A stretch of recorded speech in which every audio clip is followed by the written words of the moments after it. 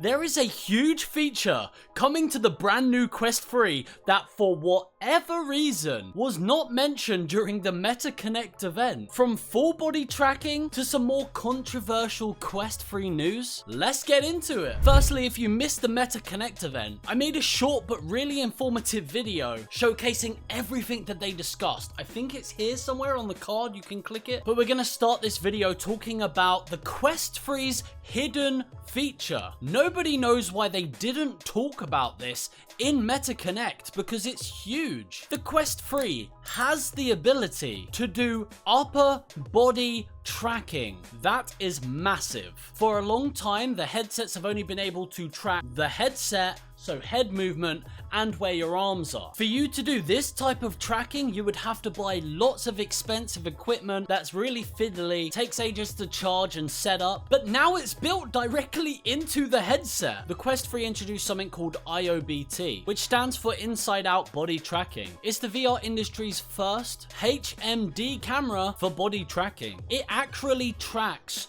your upper body from your arms to your torso, which is incredibly hard to achieve from the headset alone. This will be a Quest 3 exclusive and isn't available on the Quest Pro or the Quest 2. However, all three of those devices I just mentioned will have AI estimated legs. Using AI combined with this upper body tracking, it's going to be able to predict where your legs are and what your legs are doing. You can see when you bring your legs to your knees, it's obviously impossible for it to track that directly.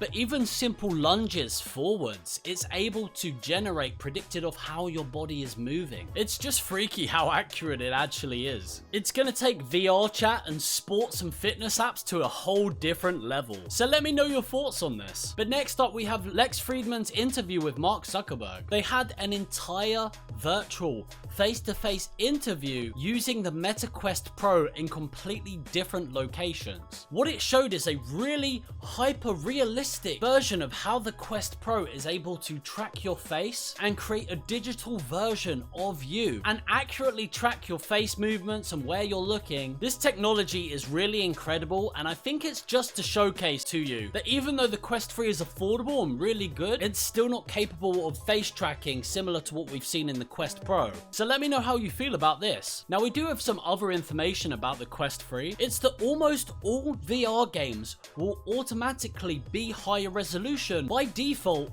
on the Quest 3. The Quest 2's default resolution is 1440 by 1584 per eye. Thanks to the new Snapdragon chip that we're getting in the Quest 3, there's a 30% increase, meaning the default resolution is now 1680 by 1760. If you have no clue what I'm saying right now, it essentially means that developers won't actually have to go in and upgrade and upscale their devices. I'm sure a lot of them will upgrade their games to work with the new hardware, but by default, things will look naturally sharper due to the default base scale resolution. Keep in mind that the pancake lenses are so much better than the lenses we've seen in the Quest 2. Meta says it gives 25% improved clarity in the center of the lenses, then a whopping 50% increase in clarity towards the edges, whilst also supplying a larger eye box. So higher resolution and less blur means we're going to be getting much greater visuals than the Quest 2. Subscribe to stay up to date with AR and VR news. I appreciate you. I hope you have a fantastic day, and I'll see you in the next video.